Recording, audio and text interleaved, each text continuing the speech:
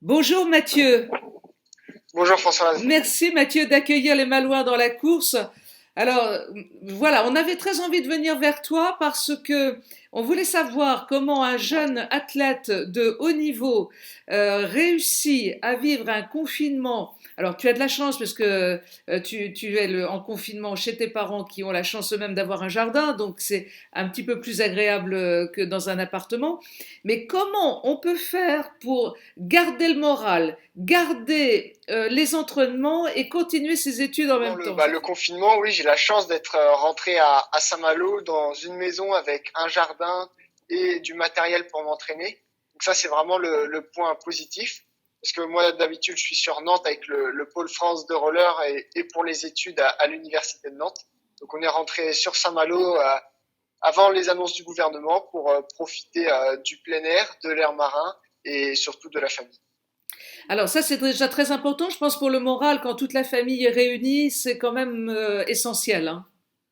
Oui, c'est sûr, c'est important, c'est du positif tout le long de la journée. Alors, il faut aussi apprendre à vivre tous ensemble parce que d'habitude, mon grand frère fait ses études à Rennes, mon petit frère, lui, vit avec moi sur Nantes, mais on était un petit peu éparpillés. Donc là, vivre tous ensemble, c'est un petit peu d'organisation, mais au final, c'est beaucoup de bonheur et de positif.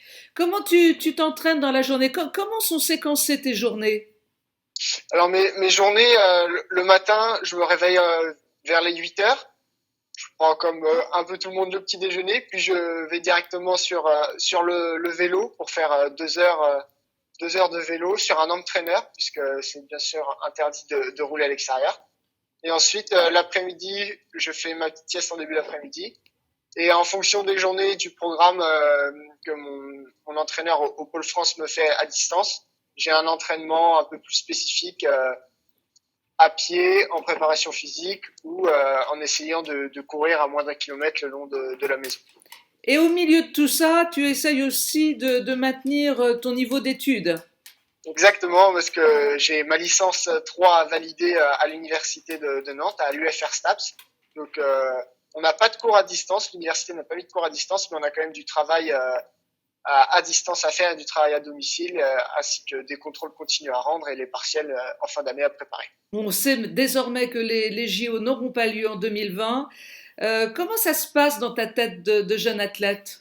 Alors, si je peux apporter une petite précision, moi, c'était pas les JO pour cette année, c'était les JO en 2022. Donc, c'est à Pékin en 2022, puisque c'est les Jeux d'hiver.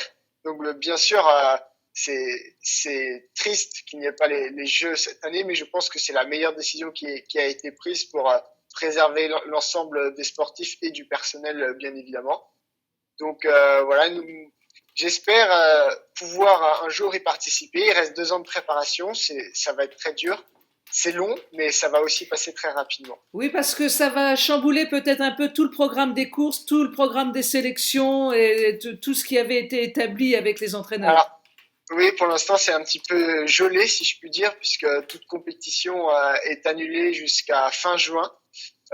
Certaines compétitions sont reportées. Les championnats du monde de roller qui étaient prévus en Colombie en juillet sont reportés en septembre. Certains championnats de France ont été aussi reportés.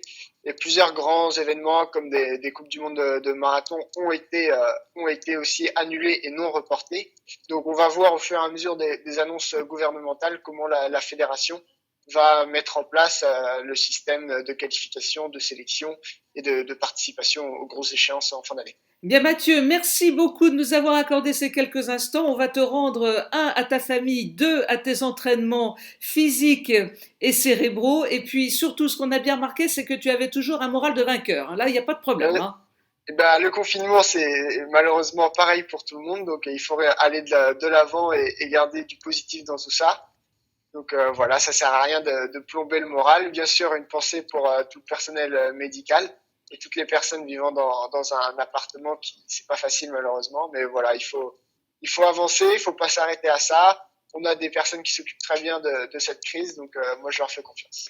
Merci beaucoup Mathieu, merci. Et merci pour ton bon moral, ça nous fait énormément de bien. À Ben, très, merci à vous, à très bientôt. à très bientôt, Au au revoir. revoir.